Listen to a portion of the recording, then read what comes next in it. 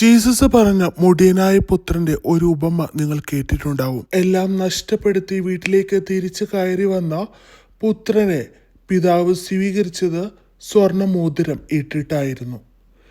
പക്ഷേ ഈ മോതിരം ഇടുന്നതും ഇതുപോലെയുള്ള കാര്യങ്ങളും ഇത്രയ്ക്ക് പാപമായിരുന്നെങ്കിൽ എന്തുകൊണ്ടായിരിക്കും യേശു കർത്താവ് പറഞ്ഞ ഒരു ഉപമയിൽ ഇങ്ങനെ മോതിരം ധരിപ്പിച്ച് സ്വീകരിച്ചു എന്ന് യേശു തന്നെ പറഞ്ഞത്?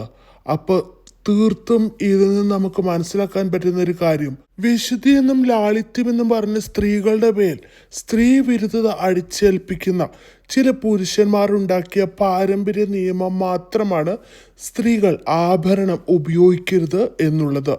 കാരണം പുരുഷൻ വരെ ആഭരണം ഇട്ടിരുന്ന ഒരു കാലഘട്ടമായിരുന്നു ബൈബിളിൻ്റെ കാലഘട്ടം. ചില പർട്ടിക്കുലർ സിറ്റുവേഷൻസിൽ മാത്രമാണ് ആഭരണത്തെക്കുറിച്ച് സംസാരിച്ചിരിക്കുന്നത്. അതായത് ആഭരണം ദൈവത്തെക്കാളും വലുതായി മാറരുത്. അത് ഏത് രീതിയിലും ആഭരണമാകാം, വസ്ത്രമാവാം, നമ്മുടെ ചിന്തകളാവാം, നമ്മൾ കഴിക്കുന്ന ആഹാരമാകാം, എന്തും ദൈവത്തിൽ നിന്ന് പൂർണ്ണമായിട്ട് അകലുന്ന രീതിയിലേക്ക് അതൊരു വിഗ്രഹാരാധനയായിട്ട് നമ്മുടെ ഉള്ളിൽ കയറുന്നിടത്താണ് എന്തും പാപമായി തീരുന്നത്. പകരം സ്ത്രീകൾ ഇത് ധരിക്കരുത് എന്ന് പറഞ്ഞിട്ടുള്ള ഒരു നിയമവും ബൈബിളിൽ ജീസസോ യഹോവയോ ഒന്നും തന്നെ വെച്ചിട്ടില്ല. പിന്നെ ലാളിത്യത്തിൻ്റെ അങ്ങേ തലത്തിലേക്ക് സഞ്ചരിച്ചാൽ മാത്രമേ സ്വർഗം കിട്ടുകയുള്ളൂ. അങ്ങനെയൊന്നുമില്ല. കാരണം ജീസസ് മരിക്കുന്ന സമയത്ത് ജീസസ് നല്ല വിലയേറിയ ഒരു വസ്ത്രം തന്നെയാണ് ധരിച്ചത്. അത് വിലയേറിയ വസ്ത്രമായതുകൊണ്ടാണ് ലോട്ടിട്ട് ആൾക്കാർ അത് വീതിച്ചെടുത്തത്. അതേതെങ്കിലും കോറ തുണി കൊണ്ട് ഉണ്ടാക്കിയ ഒരു വെള്ളവസ്ത്രമായിരുന്നെങ്കിൽ അതിൻ്റെ പുറകെ ആരും പോത്തില്ലായിരുന്നു. പെന്തക്കോസ്തിലെ സ്ത്രീ വിരുദ്ധത തിരിച്ചറിയേണ്ടത് സ്ത്രീകൾ തന്നെയാണ്. പല പുരുഷന്മാരും സ്ത്രീകൾ ആഭരണം ധരിക്കുന്നതോ അല്ലെങ്കിൽ മേക്കപ്പെടുന്നതോ ഒക്കെ ഭയങ്കര വേശ്യയുമായിട്ട് വേശ്യയാണെന്നുള്ള രീതിയിലൊക്കെ സംസാരിക്കുമ്പോൾ അതിൻ്റെ മുന്നിലിരുന്ന് ഹല്ലേലൂയ സ്തോത്രം പറയുമ്പോൾ ശരിക്കും സെൽഫ് ഡിഗ്നിറ്റി എന്നത് സ്ത്രീകൾക്ക് നഷ്ടപ്പെട്ടു പോകുന്നതാണ് കാണാൻ പറ്റുന്നത്.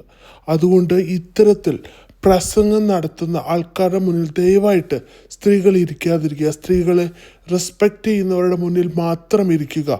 ആഭരണം ഇടുന്നതോ അല്ലെങ്കിൽ നല്ല കളറുള്ള വസ്ത്രം ധരിക്കുന്നതോ ഒന്നും തന്നെ ബൈബിൾ പ്രകാരം തെറ്റല്ല.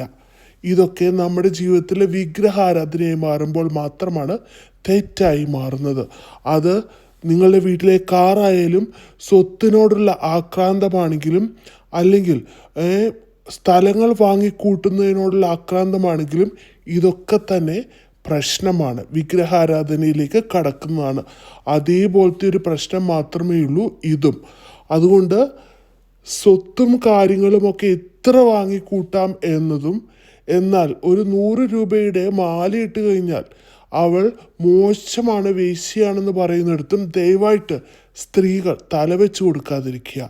സ്ത്രീകൾ ഇതിനെതിരെ കൃത്യമായി പ്രതികരിക്കുക.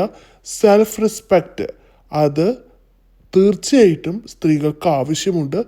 ഇത്തരത്തിൽ നിങ്ങളെ സ്ത്രീ വിരുദ്ധത പ്രസംഗിക്കുന്നിടത്ത് പോയിരുന്നിട്ട് ഹല്ലേലൂയ സ്തോത്രം പറയുന്നതിലെ മോശത്തരം നിങ്ങളൊന്ന് ചിന്തിച്ച് നോക്കണം. പെൺകുട്ടികളോടും സ്ത്രീകളോടുമാണ് എനിക്ക് പറയാനുള്ളത്. ദൈവം പറഞ്ഞിട്ടില്ലാത്ത നിയമങ്ങൾ നിങ്ങളെ അടിച്ചേൽപ്പിച്ച് പുരുഷൻ്റെ അടിമയാക്കി വച്ചിരിക്കുന്ന അവസ്ഥകളിൽ നിന്ന് ഒരു മോചനം തീർച്ചയായിട്ടും എല്ലാ സ്ത്രീകൾക്കും പെൺകുട്ടികൾക്കും ആവശ്യമാണ്.